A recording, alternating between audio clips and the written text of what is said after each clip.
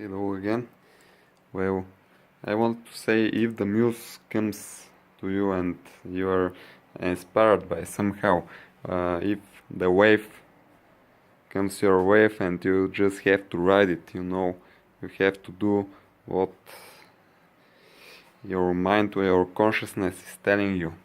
You have connected to her self, her consciousness, maybe her beings, it doesn't matter.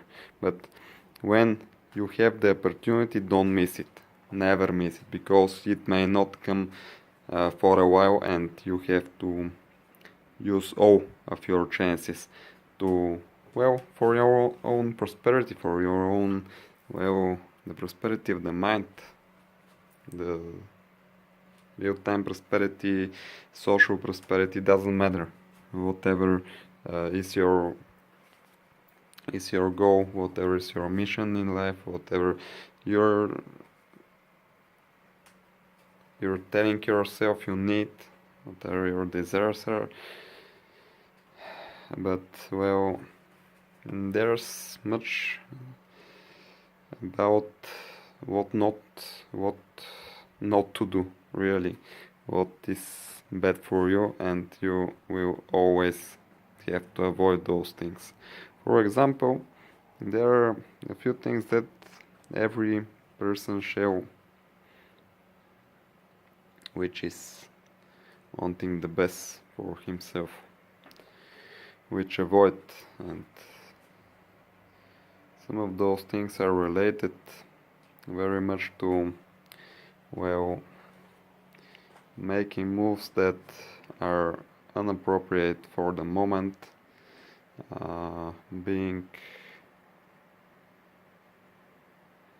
too fast for something, wanting something to happen too fast, and literally not waiting for the right moment.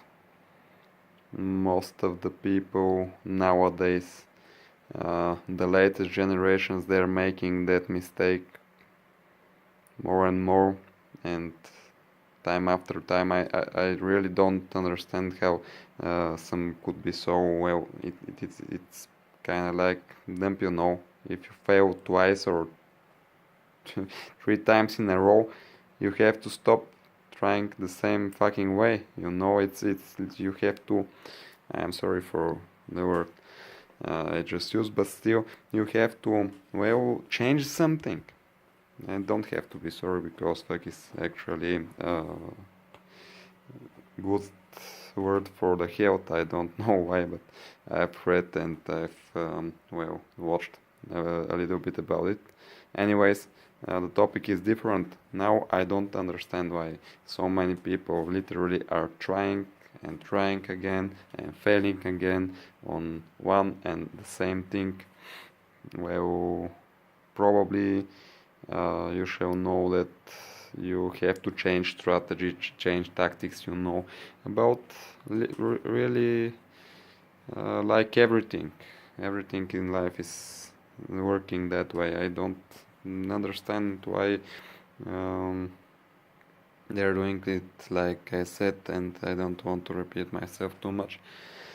We'll have to consider making some tactics, because, for example, if you want to be related to magic, if you want to do the craft, if you want to study the craft, you have to know many things about the witches in the first place, because they're not that simple minded or anything like the normal human beings, the commoners.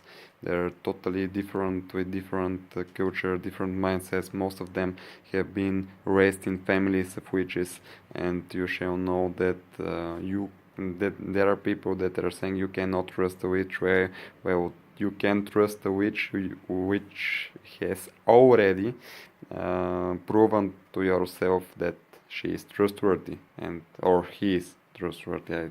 I don't know why even I said she, but witch or wizard, maybe witch is the female version of wizard. It's commonly known as that, but well, we know there's our Twitcher and so on. It doesn't matter, that's not the topic. So now, how can we trust wizards, witches, or whatsoever? Well, we can trust them, of course, like other people, but if they prove worthy trusting, because well, even if they're not bad people, sometimes they put things the way it's kind of deceiving. It's better for them, you know.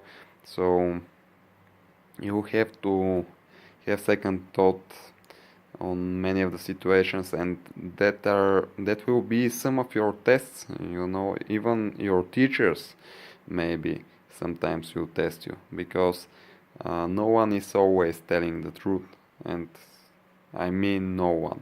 And if someone is telling always and only the truth, maybe, and the whole truth, the perfect truth, maybe well, maybe he's not worth, or she's not worth the time listening.